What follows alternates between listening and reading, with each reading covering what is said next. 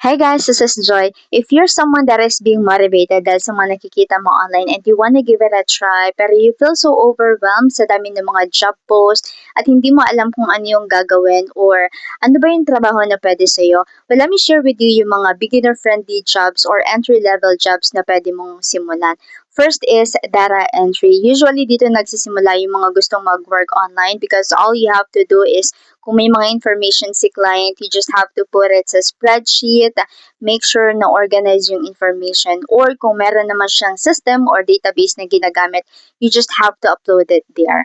Another one is email support or chat support. You just need to answer customers' inquiries, mag-resolve ng concerns, just like sa mga calls, may mga email templates na din silang ginagamit. Katulad ng calls, may mga script na sila so that you don't have to do it on your own.